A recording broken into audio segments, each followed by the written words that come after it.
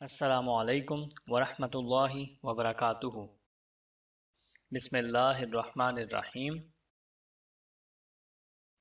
قیس بن سعد رضی اللہ تعالیٰ عنہ کہتے ہیں کہ میں ہرا آیا تو دیکھا کہ لوگ اپنے سردار کو سجدہ کر رہے ہیں، تو میں نے کہا رسول اللہ صلی اللہ علیہ وآلہ وسلم اس کے زیادہ حقدار ہیں کہ انہیں سجدہ کیا جائے۔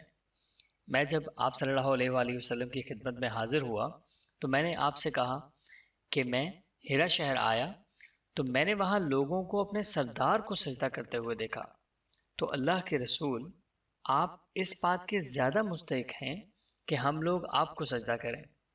آپ صلی اللہ علیہ وآلہ وسلم نے فرمایا بتاؤ کیا اگر تم میری قبر کے پاس سے گزرو گے تو اسے بھی سجدہ کرو گے؟ وہ کہتے ہیں میں نے کہا نہیں۔ آپ صلی اللہ علیہ وآلہ وسلم نے فرمایا تم ایسا نہ کرنا، اگر میں کسی کو کسی کے لیے سجدہ کرنے کا حکم دیتا تو عورتوں کو حکم دیتا کہ وہ اپنے شوہروں کو سجدہ کریں، اس وجہ سے کہ شوہروں کا حق اللہ تعالیٰ نے مقرر کیا ہے۔